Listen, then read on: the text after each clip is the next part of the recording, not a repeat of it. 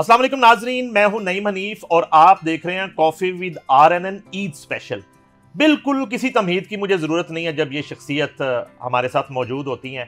One and only legendary Khalil Rahman Qamar, welcome to the show sir and Eid मुबारक। Sir Eid मुबारक आपको। Sir बड़ा बसंती रंग पहना हुआ है आपने। वो क्या है कि वो मैंने कहीं लिखा कि यादाश्तों के बाब में तहकीक से खुला,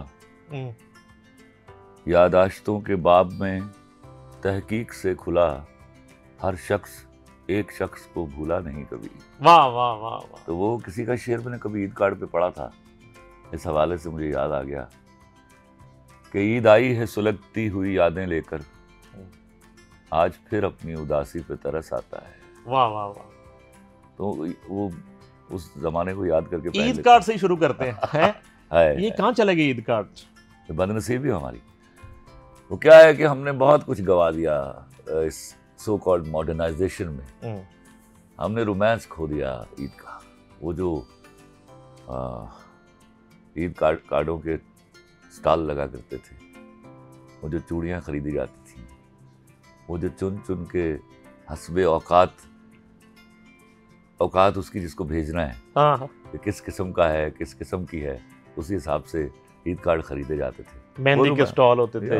वो रोमांस, मेहंदी के तो चलो आज भी होते हैं, लेकिन नहीं मनीफ, वो जो रोमांस था ना ईद कार्ड का, वो जो अपना वक्त सर्व करना, उनको खंगालने और चुनने में, that we have lost। शरारतें तो आपने बहुत की हैं जिंदगी में। कभी स्टॉल भी लगा लिया ईद पे चूड़ियों का, ईद कार्ड का? ये नहीं किया काम से। सरेंडर वाला काम नहीं किया कभी। अच्छा। बचपन जो है वो कैसा था आपका? इब्तदाई तालीम कहाँ से हासिल की? और ताल्लुक तो जारी बात है आप लाहौरी हैं, तो ज़रा वो शेयर करें हमारे साथ, ज़रा बचपन शेयर करें अपना। एक तो बड़ा ज़रूरी होता था, और मेरे अब्बा की सबसे बड़ी ख्वाहिश होती थी, ख्वाहिश क्या, उन पर यह जिम्मेदारी होती थी कि ईद वाले दिन बकरा लेकर आना है। अच्छा। हालात कैसे भी हों, वो somehow the other वो मैनेज किया करते थे, वरना मैं ईद की नमाज पढ़ने नहीं जाता था। ये हुआ नहीं कभी, मैं जिद कर लेता था इस बात के ऊपर। तो ऐसा भी हुआ कि ईद की नमाज से पहले बकरा खरीदा गया। और दूसरी बात ये कि बकरे की कलेजी पकाई जाती थी जब वो ज़िबा होता था। ज़िबा के बाद सबसे पहले। और मैं शौकीन था उसका। और एक दफ़ा एक बकरा आया और उसकी कलेजी ख़राब थी। अच्छा। तो मेरी माँ ने फिलफौर पैसे दिए और एक नया बकरा ख़रीदा गया, उसको ज़िबा किया गया, उसकी कलेजी निकली, वो पकी, तो सेलिब्रेशन स्टार्टेड। कलेजी क्यों ख़राब थी? सिगरेट पींदा रहे? पता नहीं, होता है, बीमारियाँ होती हैं कुछ। मेरे नाल दा होना है। मेरे नाल दा होना बाजी। अच्छा, ईद से निकल के थोड़ा बताएं आज खलील साहब प्लीज। ईद से निकल के जरा वो बचपन जो है ना हमारे साथ शेयर करें कि फैमिली का माहौल क्या था। कंबाइंड फैमिली सिस्टम में रहते थे। ठीक है। हवेली टाइप थी? बड़ी बड़ा घर था लेकिन बहुत बड़ा नहीं था। अच्छा। इस बड़ी ईद के हवाले से एक बड़ा ट्रैजिक लम्हा है जो जिससे मैं गुजरा हुआ हूँ, बल्कि मेरे पूरा खानदान गुजरा हुआ है। और उसकी वजह से मैं आज भी बकरा जो है ना वो 1-1.5 दिन से पहले नहीं खरीदता। अच्छा। हुआ ये कि मेरी दादी ने एक बकरा पाला। यार वो बकरा क्या था? He was like a human being। अच्छा। वो साथ चल रहा हो तो कुत्ता नहीं पड़ता था हमें। I swear।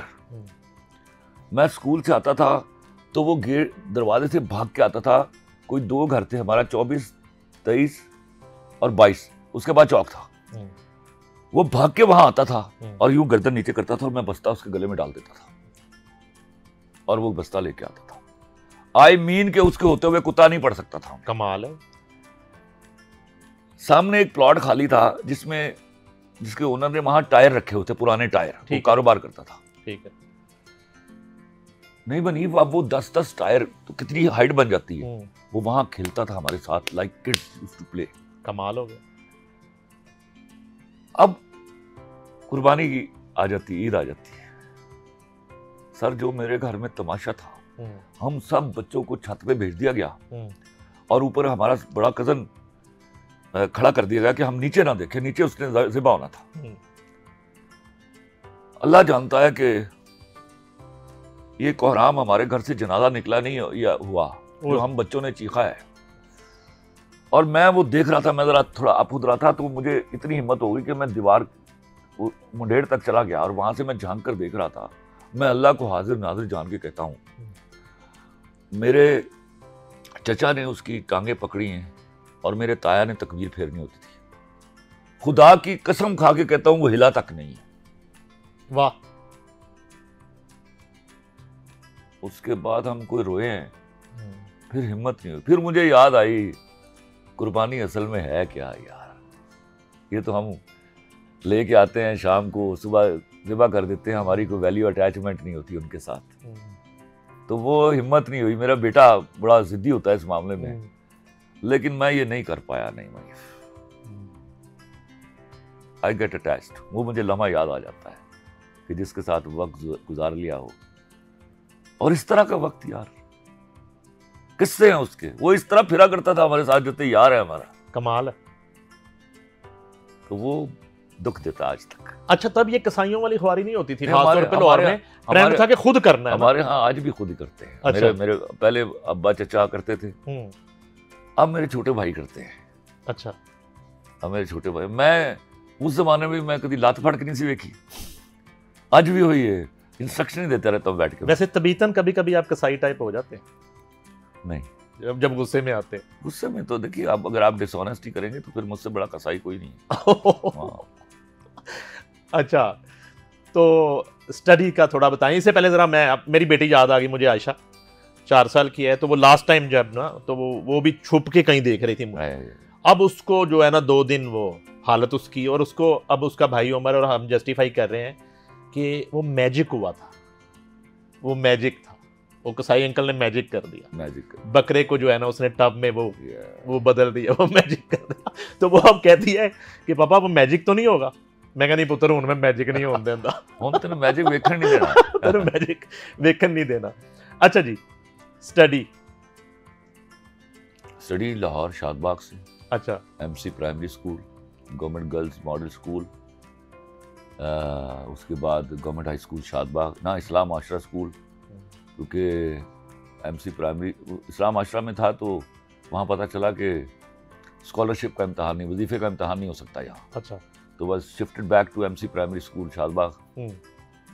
तो वहाँ स्कॉलरशिप का इम्तहान दिया और टॉप इन लाहौर, 6ठी गवर्नमेंट हाई स्कूल शादबाग, 7वीं वहाँ, 8वीं वहाँ, 9वीं वहाँ। 9वीं में मुझे 2 महीने के लिए, क्योंकि वहाँ पे हाइजीन ज़ुआलॉजी नहीं थी, तो I shifted to Sheranwala Gate. वहाँ भी जब मुझे नॉन मेडिकल ले दी गई तो वहाँ 3 महीने बाद वापस आ गया। ओके।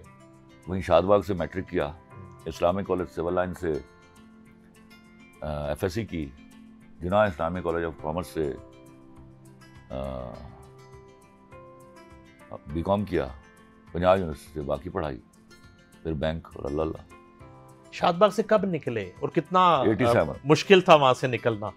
बहुत मुश्किल था वो, बहुत मुश्किल। क्या was impossible for me, man like me, जिसने इश्क किया शादबाग की मिट्टी से। आज भी मैं, अब वो जिला मर गया है, मैं उसी का जिक्र करने लगा था। आमिर रोड पे, आमिर रोड जिला, मैं उसके नान छोले खाए बगैर शायद जी नहीं सकता था। तो अब चूंकि उनको उसके मरने के बाद उसके बेटों ने वो उसका जो दुकान है वो हिस्सों में बांट ली, तो मुझे गुस्सा भी आता है। एक दिन गालियां भी दी मैंने जाके, जब मुझे पहली दफा पता चला। तो मैं, माँ बाप की कब्रें वहाँ हैं, तो अक्सर मैं जाता हूँ वहाँ पे। जॉब कैसे हुई सर बैंक की? हाँ, एक मेरे ना, जितना भी मैं खलंडरा था, गुस्से वाला था, एक आदत मेरी बहुत अच्छी थी और उसने मुझे पे भी किया। गरीब बच्चा था तो हमें खाने के लिए चीज़ें मिलती थी कागज़ पे, कोई अखबार का कागज़, कोई दूसरा कागज़, शकरकंदी, चूरन, छोले, लाइक दिस। मैं वो कागज़ पढ़े बगैर नहीं फेंकता था कि खुदा ना खास्ता इस पर अल्लाह और अल्लाह के रसूल का नाम ना लिखा। तो वो मैं बाकायदा पढ़ा करता था। तो मुझे याद है 18 अक्टूबर 1986 अब्बा जी ने जाना था रहीम यार खान। तो अब्बा जी ने मुझे कहा कि मुझे रेलवे स्टेशन छोड़ के आ। ठीक है। सुपर एक्सप्रेस पे जाना था उन्होंने, वो 4 सवा 4 बजे चलती थी और वो सरगोदा से बन के आती थी। मैंने साइकिल पे बिठाया अब्बा को। अच्छा, साइकिल पे शादबाग से निकले? हाँ ठीक है। स्टेशन आया, वहां पता चला कि वो लेट है। मुझे लगी हुई थी भूख। मैंने अब्बा से कहा अब्बा नान पकौड़े खाएं। उन्होंने ठीक है। तो हमने वो जो सड़क जहाँ से शुरू होती थी जो जाती है रेडियो स्टेशन की तरफ, उसके कोने पर एक बर्फ वाला फटा था, जिस पर बर्फ वाला नहीं था लेकिन वो जंजीरें पड़ी हुई थी। वो नौलखे से जो जाती है रेलवे स्टेशन, ये जो रेडियो स्टेशन की तरफ आती है सड़क। जी सर वही है। हाँ वही। हाँ वो नौलखा उधर आ जाता है, वहां से जो रेडियो स्टेशन की तरफ आती है, पुलिस लाइन है जहाँ पे। या तो वहाँ फट्टे हुए बैठ के हमने नान पकौड़े कागज पे, अखबार के कागज में रख के हमने खाने शुरू कर दिए। अच्छा। खाना खत्म किया मैंने, तो अखबार का कागज था उसको मैंने देखा, फिर उल्टा किया तो उस पर पाकिस्तान बैंकिंग काउंसिल का इश्तिहार था। अच्छा। और 18 अक्टूबर आखिरी तारीख थी। उस दिन की डेट थी? उसी दिन की। अच्छा। तो मैंने कहा अब्बा ये क्या, ये तो डेट निकल गई। अब्बा ने कहा नहीं निकल गई, आज की डेट में ये एप्लीकेशन जानी है। आज की डेट में? हाँ। रात 12 बजे से पहले? रात 12 बजे से पहले। राइट। हम वापस गए, साइकिल ली, शादबाग वापस गए। अच्छा। क्रेडेंशियल उठाए, पोलाराइड नया नया आया था, उसकी फोटो खिंचवाई, 2 सेट बनाए, नया नया TCS आया था उन दिनों। एक सेट हमने TCS के जरिए भेजा, एक रात को मैं छोड़ने आया अब्बा को गालिबन तेज गांव में, तो एक वहां से रेलवे स्टेशन लाहौर से भेजा। अच्छा। That is how I was appointed. उसी का टेस्ट हुआ, उसी का इंटरव्यू हुआ और अल्लाह ने कामयाबी दी। कितना अरसा जॉब की बैंक में? 11 साल। कौन सा बैंक था ये? नेशनल बैंक से शुरू हुआ, बैंक ऑफ पंजाब पे खत्म कर दिया। बेहतर बैंक कौन सा लगा उस दौर में आपको? चीज़ें बेहतर नहीं होती, आपका बेहतर होना ज़रूरी। I enjoyed both banks. National bank के करीब से अभी भी मैं गाड़ी गुजरे तो मैं आज तक कर लेता हूँ, वहाँ से पहले तनख्वाह ली है मैंने। और ये फनून लतीफ़ा ने जॉब छुड़वाई? और ये फनून लतीफ़ा, देखो मैं अर्ज करता हूँ, मैं लिखता क्या था, जब मैं हमेशा कहा करता हूँ कि मैं खुद आगही के साथ पैदा किया गया बच्चा हूँ। मेरे हाथ में जब पहली दफ़ा कलम आया था तो मुझे मालूम था अल्लाह हैज़ गिफ्टेड मी, मैं राइटर हूँ। अब ये तमाशा बड़ा मुश्किल था मेरे लिए, क्योंकि मैं एक आउटस्टैंडिंग स्टूडेंट था और अम्मी अब्बा सोचते थे कि ये पढ़ लिख के बड़ा अफसर बन जाएगा तो ख़ानदान को गुर्बत के विशेष सर्कल से निकाल लेगा। और मैं लिखता था, छपता था, गरीब घर में मुझे पैसे आते थे। मुझे इस पर बड़ी मार पड़ी। वो अपने तय सही सोच रहे थे, मेरे यहाँ जोबन था, वलवला था, वो आमद की हालत थी। मेरी बड़ी लड़ाई हुई है। मैं छुप के लिखता था, लिख के फिर नीट करता था, फिर इसको डाकखाने में डाल के आता था। तो एक बड़ा लंबा प्रोसेस था। उसमें मुझे इतना मारा गया इस बात के ऊपर, मुझे मारी इस बात पे पड़ी है कि आज उर्दू लिख रहे थे। बाबूजी मेरे अब्बा आते पूछते थे, चिट्ठी अनपढ़ मेरी माँ कि आज की करता रहा है, और आज कहानियां लिखता रहे। उर्दू लिखने का मतलब था कहानियां लिख रहे हैं। ओके। उस पर वो होती थी जिसका हिसाब कोई नहीं। तो वो फिर मैंने फर्स्ट ईयर में, एंड ऑफ फर्स्ट ईयर था, जब मैंने गॉट सो अपसेट कि मैंने कहा आज के बाद लिखना बंद कर देना। फिर मैंने जो छपा हुआ था, जो लिखा हुआ था, वो अम्मी ने एक तनूर बनाया था जहाँ कभी कभी हमें रोटियां लगा के देती थी। अच्छा। वो जल रहा था, मैंने उसमें सारा डाला। और मेरा कज़न डॉक्टर मकसूद, वो उन दिनों MBBS कर रहा था और हमारे घर पे रहता था। उसको छुड़वाने में जितनी मेहनत उसने की, उसकी धोती खुल गई उसमें, धोती पहनी हुई थी उसने, लेकिन मैं वो बहुत कुछ जला दिया उसमें। तो फिर मैंने 15 साल उर्दू में अपना नाम ही लिखा। मैं फिर then I went into studies like anything. I became a banker and I became a famous banker. वो अब्बा अम्मी का शौक पूरा हो गया। अम्मी तो खैर नहीं देख पाई, वो I was so young when she died. लेकिन अब्बा वो मंजर देख के गए। अब्बा ने फिर ये मंजर भी देखा, तो अल्लाह का शुक्र है। अम्मी ने 10 दिन उनके जाके थे।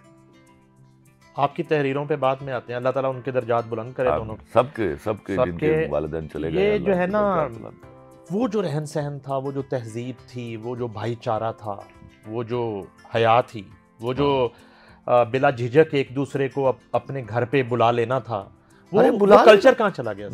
मैंने बीकॉम वहाँ किया है पंजाब, अपना शादबाग में। हाँ। मुझे नहीं याद पड़ता कि मैंने आज तक दरवाजा नॉक किया हो किसी का। घर में अकेली लड़की है तो वो बहन है हमारी।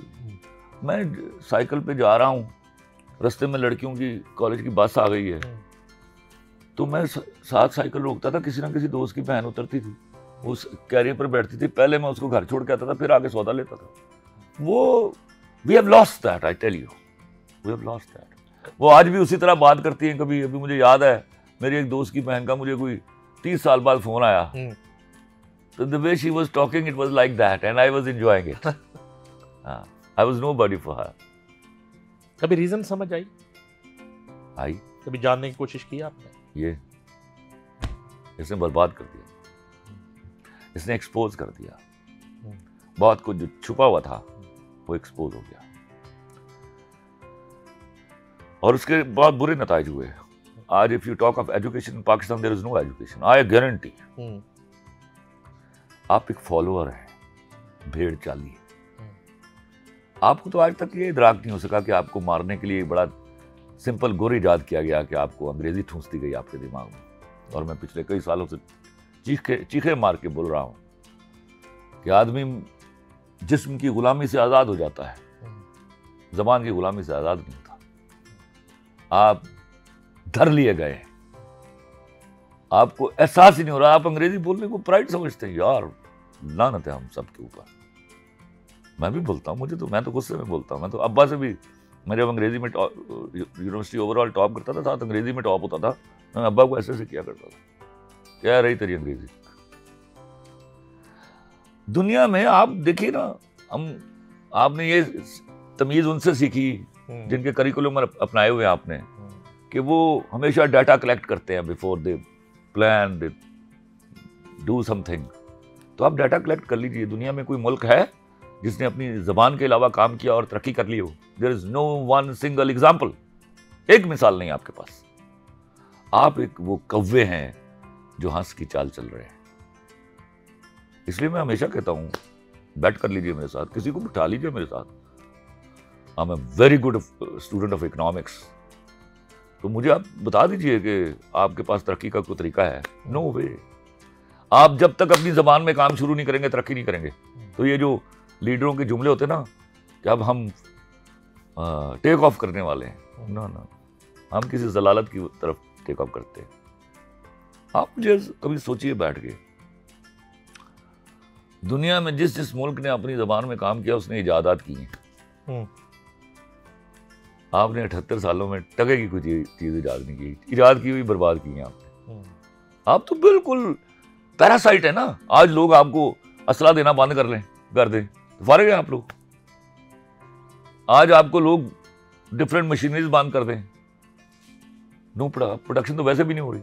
आप टोटली इंपोर्ट ओरिएंटेड कंट्री हैं इस वक्त। तो इस बदनसीबी के साथ आप चल रहे हैं, और आपके अंदर कहीं वहम है कि आप तरक्की कर रहे हैं। आप तरक्की नहीं कर रहे। वो न्यूटन का दूसरा लॉ है कि उसका मैं तर्जुमा सुना देता हूं कि अगर आप जहाज में बैठे हैं, लॉ ऑफ मोशन है, तो आप विद रिस्पेक्ट टू जहाज आप स्टेशनरी हैं, लेकिन यहां जो नीचे लोग खड़े हैं उनके हवाले से आप मोशन में। तो आपका मसला ये है कि आप लोगों की बनाई हुई चीजें इस्तेमाल करके आप समझ रहे हैं आप तरक्की कर रहे हैं। आप तरक्की नहीं कर रहे, आप तरक्की करने वालों के पीछे चल रहे हैं। ये फर्क है। अच्छा, फनून लतीफ़ा ही की मैं अगर बात करूं तो मुख्तलिफ जो, फनून लतीफ़ा क्या होता है? क्रिएटिविटी की बात सर, क्रिएटिविटी की कर लेते हैं। मुख्तलिफ जो कैटेगरीज हैं, फील्ड्स हैं, उसमें चलें उन नामों जैसा ना सही, लेकिन गुजारा हो रहा है। कोई ना कोई नंबर 2 आ रहा है, 3 आ रहा है, 4 आ रहा है। आपके यहाँ लफ्ज़ों की लेगेसी जो है, उसका मुस्तकबिल क्या है? दूसरा खलील रहमान कमर कहाँ है? तीसरा खलील रहमान कमर कहाँ है? कभी आपने कोशिश की है? देखो नईम हनीफ, एक बात तुम्हें मैं बताऊं, ये जुमला ही बुरा है कि मैं कोई इकलौता खलील रहमान कमर हूँ। वो कौन कहता है और 10,000 खलील रहमान कमर जन्म लेते हैं। बेशक। बाकी 9,999 आपकी बेवकूफ़ियों की वजह से आपको नहीं मिल रहा है। और उस बेवकूफ़ी के पीछे मैं आपको एक बड़ा ही कोजेंट वाकया सुनाता हूँ। मेरा एक सीरियल है जो मेरी ज़िंदगी पर लिखा गया। उसके बारे में मैं दावा करके कहा करता था कि यही वो सीरियल है जिसको मैं दोबारा नहीं लिख पाऊंगा।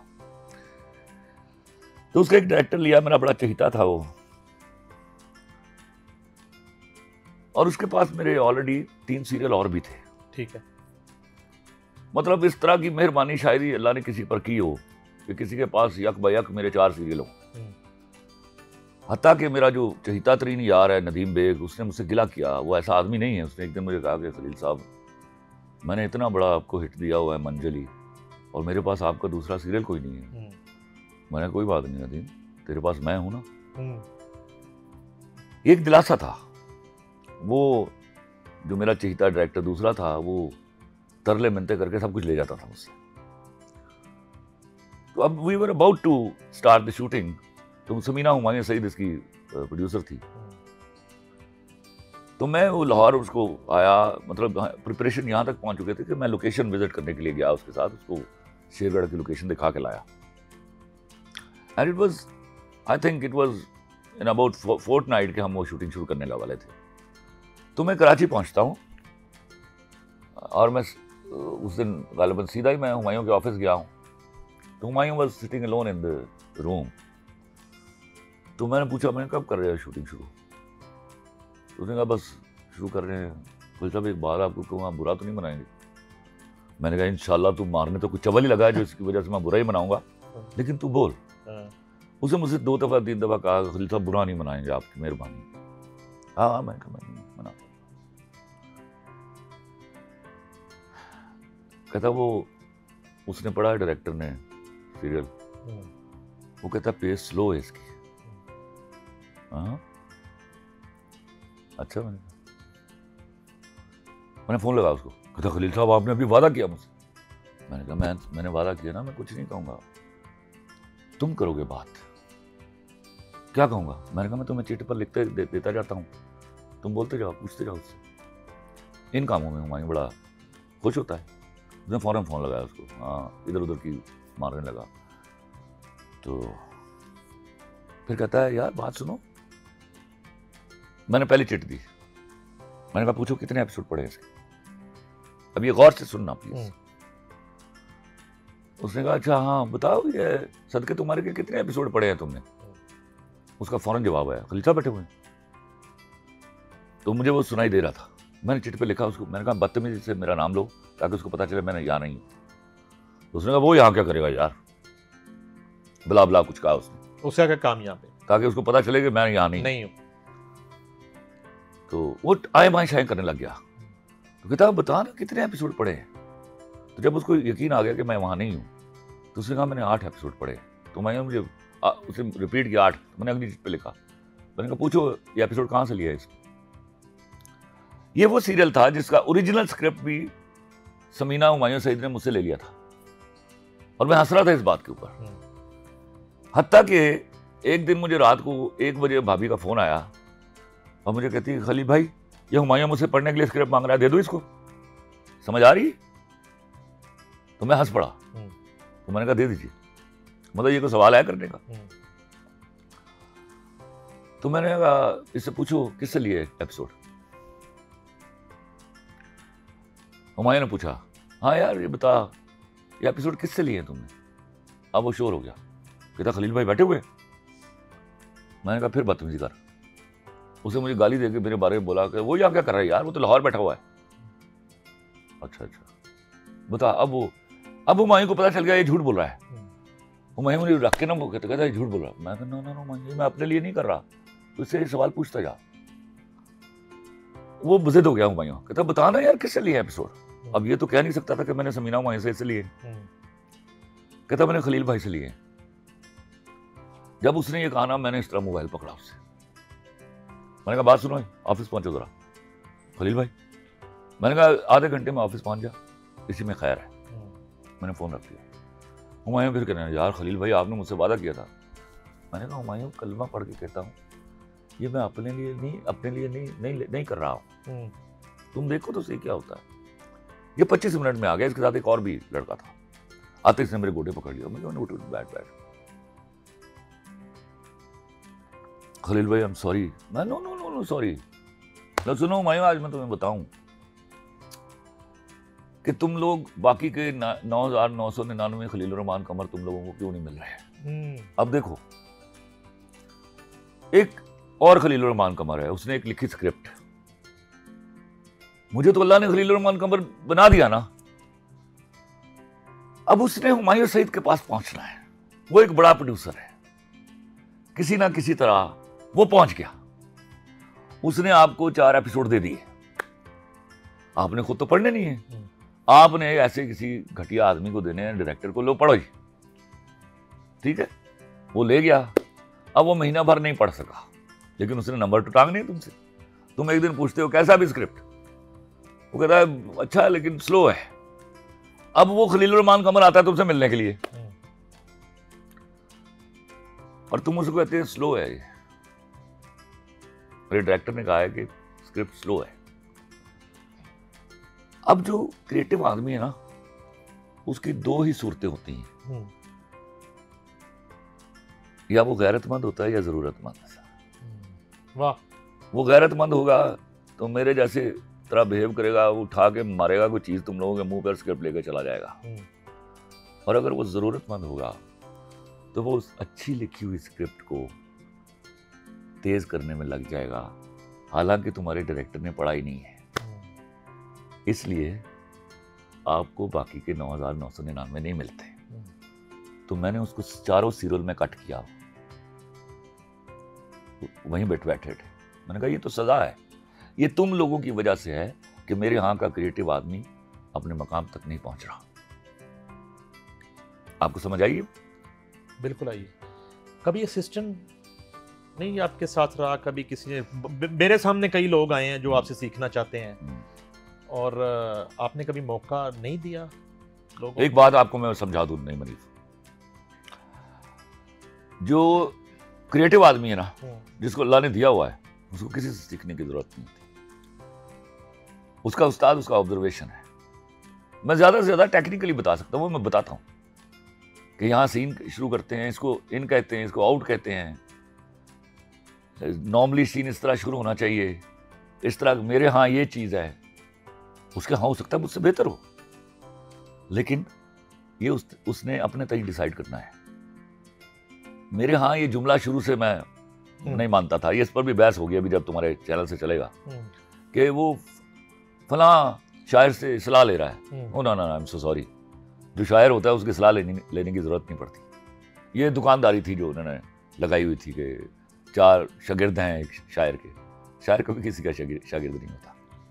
किसी माड़े राइटर को मौका मिल जाता है आप जैसे बड़े नामों की अवेलेबिलिटी होते हुए? देखो, मैंने भूख बर्दाश्त की हुई है, मैंने अपनी गैरत को कॉम्प्रोमाइज नहीं किया।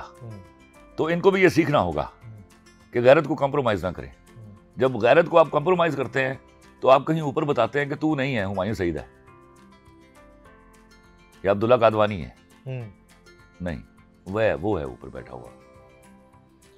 आपके लिखे हुए डायलॉग बोल के इतने बड़े हिट्स जो है वो सीरियल हुए, और इतने जो है वो बिल्कुल जिसको कहते हैं कि गिव अप करने की स्टेज पे कई आर्टिस्ट आके दोबारा से अल्लाह ताला ने उनको इज्जत दे दी।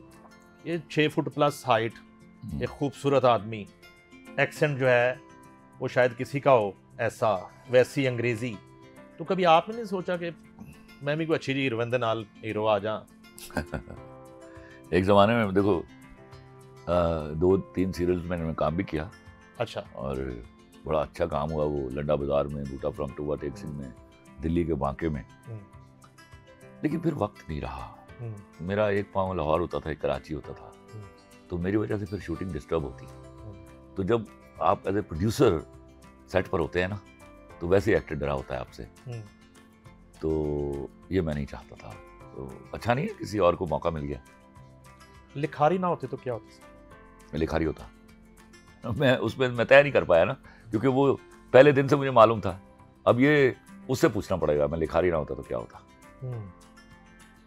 क्योंकि ईद के लम्हात हैं सर, मैं बड़ा कुड़ता हूँ कि हमारी जो फिल्म इंडस्ट्री है वो ईदों की इंडस्ट्री रह गई है, सालाना इंडस्ट्री, ईदों की भी नहीं रही, ईदों की भी नहीं रही है। तो इसकी रीजन क्या है सर? पंजाबी फिल्म का मर जाना। मेरे यहाँ पाकिस्तान में फिल्म इंडस्ट्री नहीं चल सकती अगर पंजाबी फिल्म नहीं चल रही तो। उर्दू फिल्म जब भी चली है किसी भी दौर में, सहारा उसके पास पंजाबी फिल्म का था। 70% पंजाबी फिल्में होती थी, 30% आपको नहीं पता, you have been into it, आपका तो किसी जमाने में बीट भी रही है आपकी। तो पंजाबी फिल्म के बगैर उर्दू फिल्म नहीं चलती। किसने गला घोंटा पंजाबी फिल्म का? हमारे नालायक डायरेक्टर्स ने, हाँ, जिनको उर्दू नहीं आती थी, जिन्होंने क्लाशनकोफ, गंडासा और इसका इंट्रोडक्शन किया, उन्होंने मारा। और वो कल्चर दिखाया गया जो पंजाब का है नहीं। गुंडे, बदमाश, उनको हीरो बनाया हमने, उनकी सजा भुगत रहे हैं आज। फिल्में बन गई उनके नामों से। Yes yes. अभी गुंडा एक्ट पंजाब हुकूमत ला रही है। वो जो है ना, मुझे नसीम कुरैशी ने ये खबर, वो गुंडा एक्ट दुआ करो ना सिर्फ पीटीआई के मुंडे ना होना। मैंने बात की है, ये बात मैंने की, नसीम कुरैशी ने मुसवदा ब्रेक किया तो मैंने कहा ये गुंडा एक्ट किसी मखसूस जमात के लिए है, या मैं सियासी जमातों के अपने अपने गुंडे जो इलेक्शन के दौर में जो हैं वो आपके हीरो होते हैं, आपके सपोर्टर होते हैं, और इलाके में असर रसूख बने होते हैं। जितना गुंडा इन्होंने पाला हुआ है जिंदगी में, किसी ने पालना है। हमेशा खबरों में रहते हैं सर, आप दानिस्ता रहते हैं या हो जाता है? तुम्हें लगता है अल्लाह ने मुझे right from the very beginning शोहरत दी हुई थी, मुझे इसकी जरूरत ही नहीं, और फिर मैं डरता हूँ उससे, शोहरत से। वैसे ही बंदा कितने जा भी नहीं सकता, फड़ा जाता। मेरे पास तुम हो टू कि कोई चांसेस हैं? No not at all.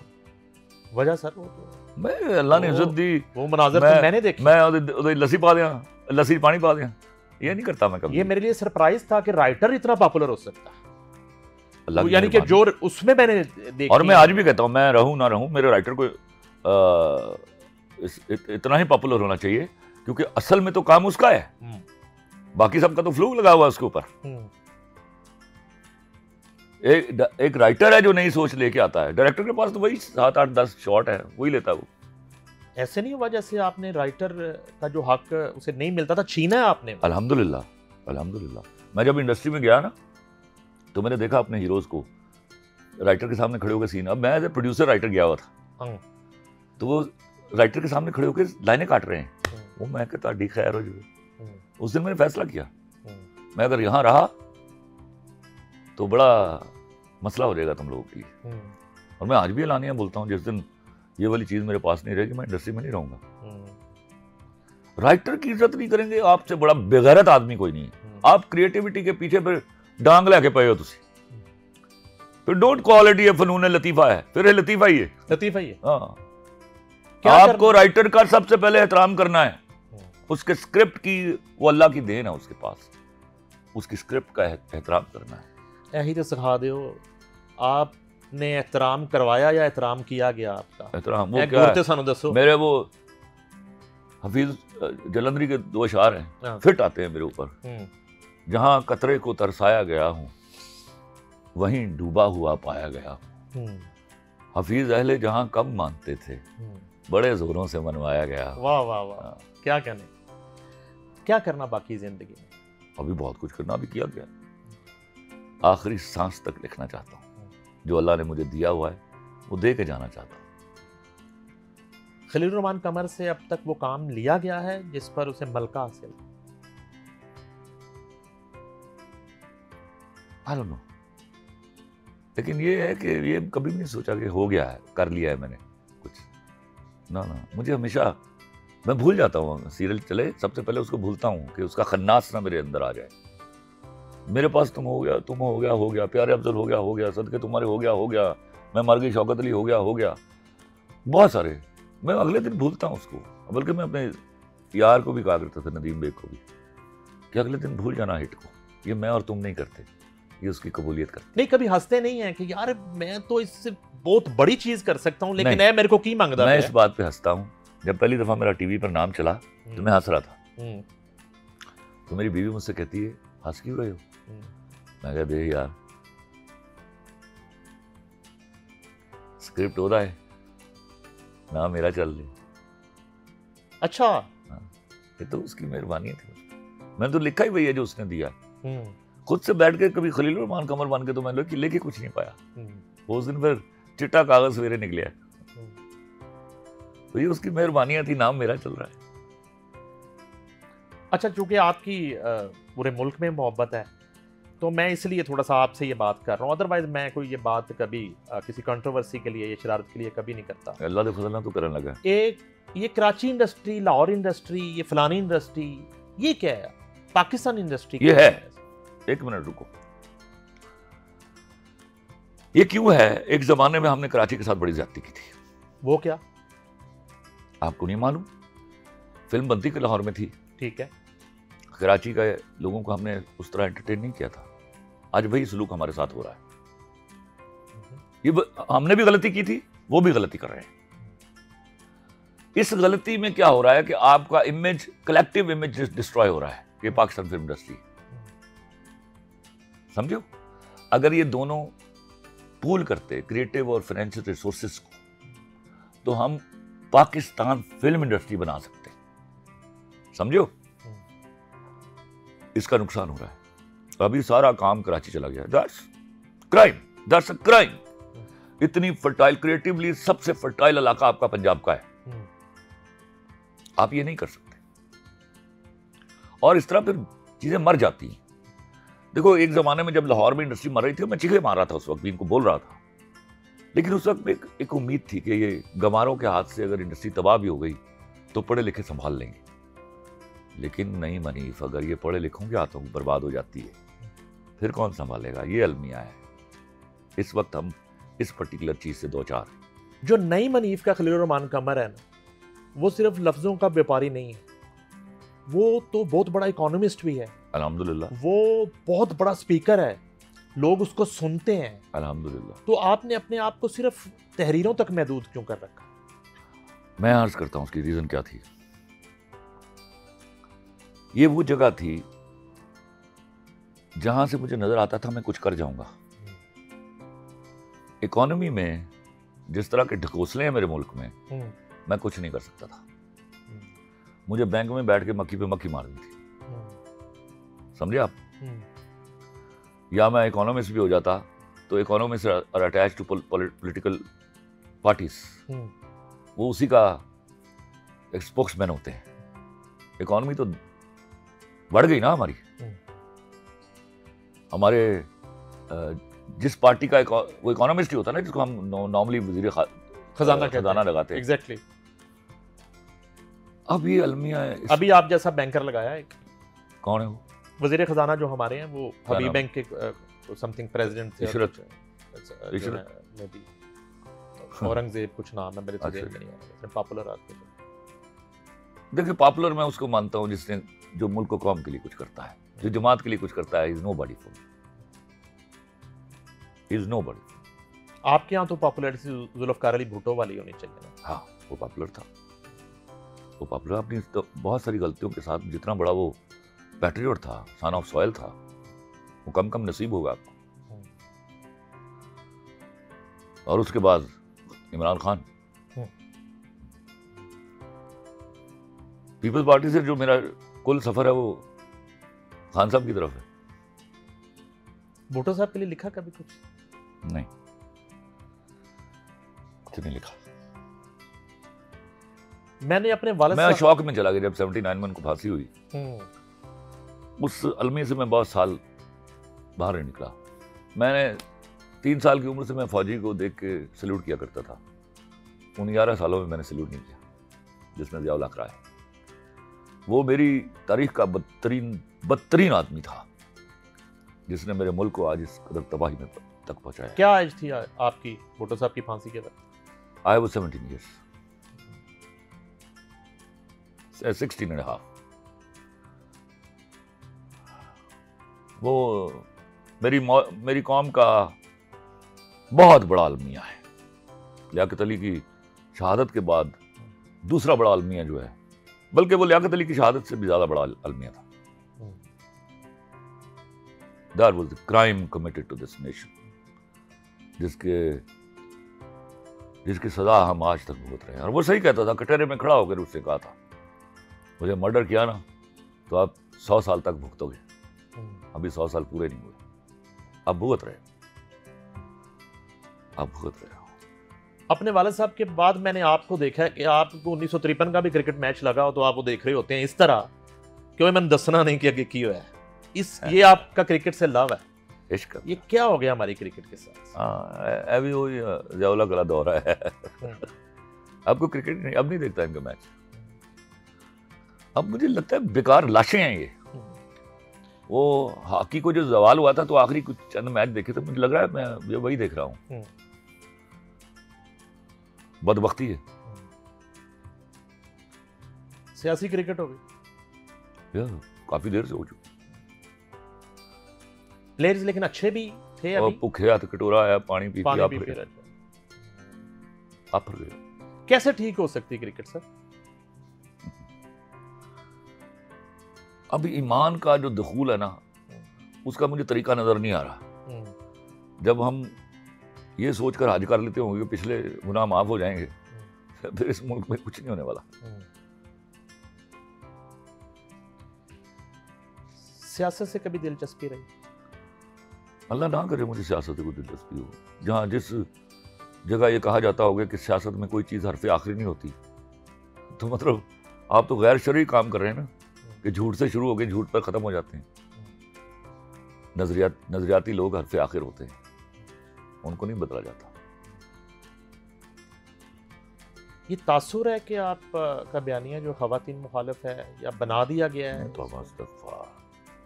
तो इस बात पे बड़ी दफा बात हो चुकी है। मुझसे ज्यादा एहतराम कोई नहीं करता खातीन का। खातीन हो, I talk of women not non women. इसको छोड़ दो, बड़ा हो गया।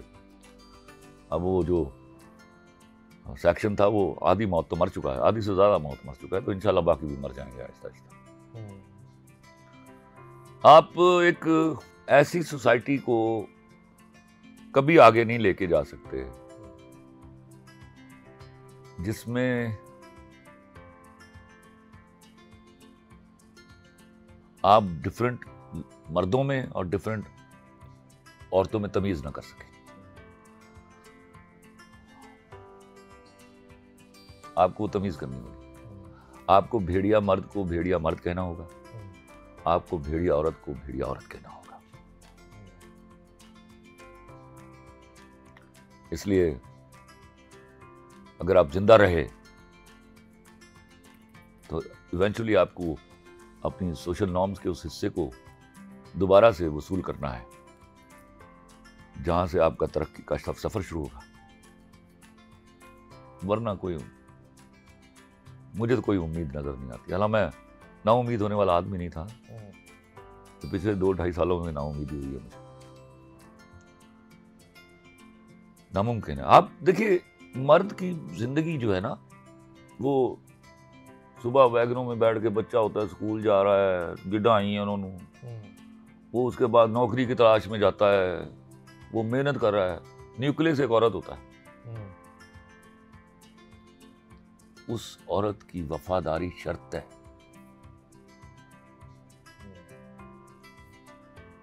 इसके बगैर माशरा नहीं चल सकेगा। बड़ा इंतजार है आपके फैंस को, नया क्या आ रहा है, कोई प्रोजेक्ट? मैं मंटो नहीं हूँ। अच्छा जी। ईद के बाद इंशाल्लाह ऑन एयर है। कास्ट? हुमायूं सईद, सजल अली, सनम सईद, आसिफ रजा मीर, सबा हमीद, बाबर अली, सबा फैसल, मेरा बेटा। अच्छा गुड। अदनान समी का बेटा अजान। हुमायूं सईद और खलील रहमान कमर लाज़िम मलज़ूम से हो गए हैं। क्यों हो सकता है बना रहे हैं। नहीं, वो काम पे टाकते हैं हुमायूं साहब की, किसी और के साथ काम करते हैं। अब मेरी काम पे टाकती है भाई। अच्छा, ये भी हो गया। मेरा ख्याल है कि ज्यादा काम अब नहीं कर पाएंगे हम। ईद का मौका है यूथ के लिए, नई नस्ल के लिए, ये आपका कैमरा है, कोई पैगाम? बंदे बन जाओ यार। मुल्क चलाना है आपको जो लोग कहते हैं ना कि आप हमारा मुस्तकबिल हो, वो हमारा माजी खराब कर चुके हैं। उनकी बातों में ना आइए, तय कर लीजिए मुल्क चलाना। वरना घटिया मोदी आप पर बातें करता रहेगा, फिक्रे कसता रहेगा। समझे, अभी उसने एक जुमला कहा कि आराम से रोटी खा वरना मेरी गोली तो है तेरी माँ की ऐसी की तैसी। ये बताओ उसको। लफ्जों के बादशाह लेजेंडरी खलीलुर रहमान कमर हमारे साथ मौजूद थे और आप देख रहे थे coffee with RNN Eid special. हमने कोशिश की कि आज खलील साहब की ज़िंदगी के, उनके करियर के कुछ उन पहलुओं पे बात की जाए जो शायद इससे पहले कभी किसी ने ना की हो, और नाज़रीन ये भी कोशिश की कि आज किसी तरह की कोई कंट्रोवर्सी और सियासी गुफ्तगू और खामखा की गुफ्तगू मेरी नज़र में वो ना की जाए। बहुत शुक्रिया खलील साहब तशरीफ़ लाने का। नाज़रीन ईद मनाइए अपनों के साथ और याद रखिए हमें भी अपनी दुआओं में और इन खुशियों में। अल्लाह हाफ़िज़।